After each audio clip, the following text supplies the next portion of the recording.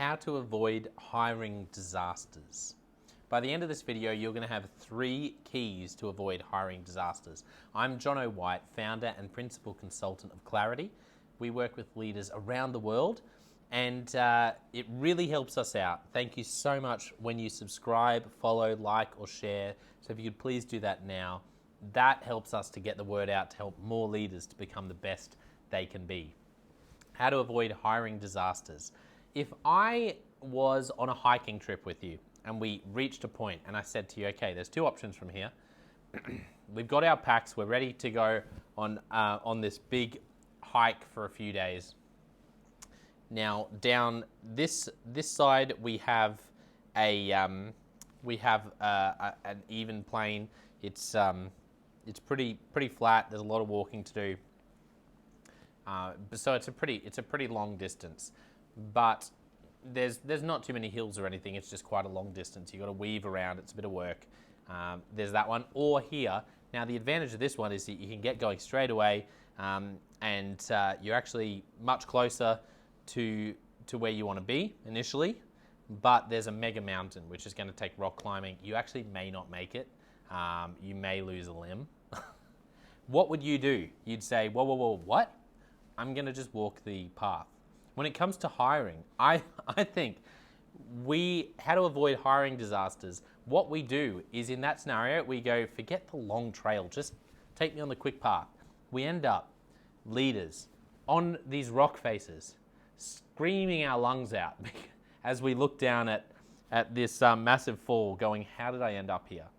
And hiring disasters are exactly that. They are disasters. The first tip to avoid hiring disasters is you have to do the work up front. You have to do the work up front. I'm sorry. You have to do the work up front and pick the longer path.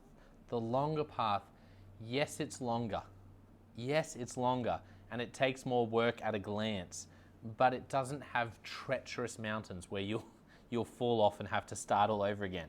And that's because doing the work up front, what do I mean by that? Well, write a clear job description. Do an interview with a panel, not just yourself, so you get some other people's gut feelings. Do the work up front. Don't just hire that person because it's easy. Okay? If there's that person who's on your radar but it's not quite sitting right, warning, don't do it, okay? Yes, it means you can jump in and get started, but would you rather in 3 months' time be on the edge of a cliff, or would you rather be walking a lovely flat road?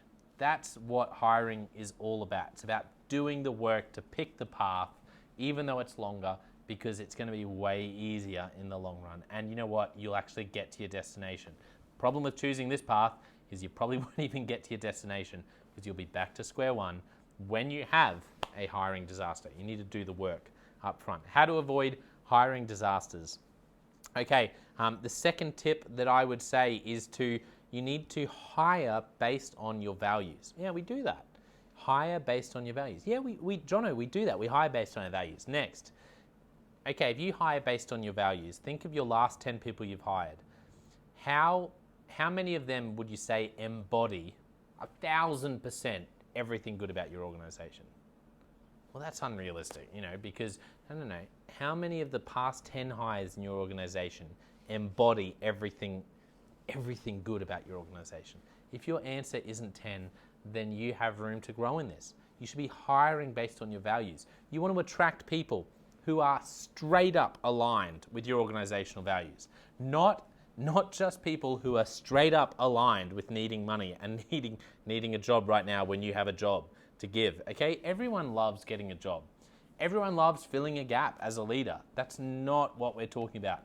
Avoiding hiring disasters does not happen by making sure you line up people who need a job with the job that you have.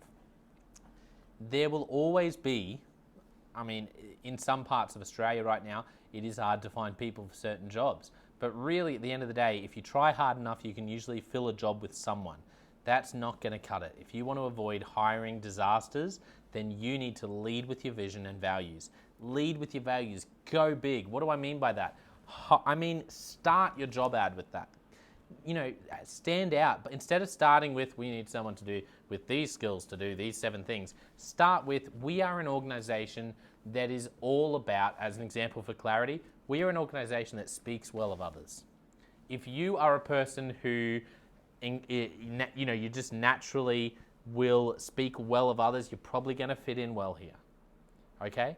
Now, if that's not you, then don't apply, because that's not going to be a fit. No matter how great you are at making widgets, if it's a widget making job, this is not the job for you. We want someone who speaks well of others. What have I done? I've differentiated myself. Have I filtered some people out? Yes. Will it take me a bit longer to find the right person?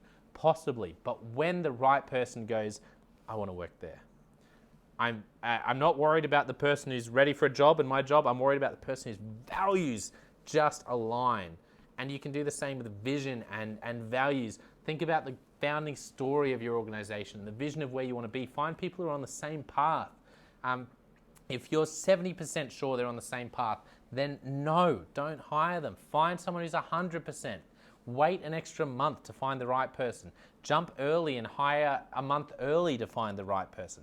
Do whatever you have to take to get the person whose values are just perfect. I would even say, in avoiding hiring disasters, even if that person doesn't perfectly fit the role, if they perfectly fit the values, then find an excuse to bring them on board and work out the rest later, because the right person with the right values who shares your organization's vision is probably not going to be a hiring disaster. Hiring disasters tend to be where we go, oh, I've got a gap, I need to fill it. It's painful, sure, true. And then we fill it with someone who isn't the walking embodiment of our values. Hiring disaster. Excuse me. So that's what I would say around that. You need to hire based on your values. And the other thing with values is you need to interview based on your values. Okay, once again, let's use clarity as an example. Speaking well of others in an interview, I need to be asking, if I've got a panel of people, I want to be asking them, how do we feel about that person and how they are in terms of this value around speaking well of others? I need to be asking that question. I want to be looking out for, as an example, when they mention difficult people they've worked with or for before, did they just absolutely smash them and assassinate their character? Or did they tell the truth, but they were careful because they wanted to speak well of them, even though they were challenging? They're different things. The former is not a fit for clarity. The latter is. So for you, what are your values? If you don't know what your values are, you've got to work them out, because they're probably not integrity, respect, community, teamwork, honesty. They might be, but they're probably something a bit more unique than that. And so make sure that you do the work around your values, or if they are some of those words, that you really unpack them so you know what it looks like for someone to be the embodiment of your values. Hire on those values and then fire on those values. If you're finding out someone's been there a month and they're a competency A+, but you've realized, oh no, they are not a fit for the values, and you've got them on a probation, and make a hard decision and make that decision based on values. It's worth it every time. Very hard in the short term, very, very rewarding in the long term. So the third tip for how to avoid a hiring disaster. Okay. The third tip for avoiding a hiring disaster is to go big on expectations. Go big on expectations from day one. Go big on expectations. Don't say, oh, you know what, that's all right. Yeah, you should be able to, oh, is that a deal breaker for you? Well, we can work around that. Go big on expectations. Tell them honestly, what do you expect of them? If humility is important to you, then share things like, you know what, if you struggle with humility, you probably won't fit in around here. And it wouldn't be a good place to work, to be honest. Now that's scary to say, because you want them to take the job, but people will respect that. The wrong people will go, oh, okay, don't really want to work here. The right people will go, yes, this is the sort of place I want to be. So go big on expectations. Tell them honestly what you're going to be expecting of them. Don't try to sugarcoat any of it. Lead with your values. Believe that you'll find the right people, and then tell them honestly what's involved, and show them, and so that even if it goes nah, and people drop off, be confident and keep going to present big, clear expectations. Go big on expectations. I'm not saying to expect the world of them. I'm just saying don't sugarcoat it. Be honest with them about what you're expecting in this role, and you'll be rewarded, because that honesty around expectations from day one sets the tone. If you are having to sugarcoat the expectations, that is setting yourself up for a hiring disaster where in 6 months they say, hang on a second, my experience is this, but you said it was going to be this. No one wants to be there. Instead, go big. Take the risk that they might walk away, because the right person will go, you know what? Yes, I'm in. And that's how to avoid hiring disasters. If this has helped you to get clear in your leadership, then comment below with the word clarity. Wherever you're watching or listening, everything we do is about helping people to get clarity as leaders. And also, thank you again for subscribing and following and liking and sharing. If you haven't done that, can you please do that now? Subscribe, follow, like, share. It really helps us to get the word out so that more leaders can become the best they can be.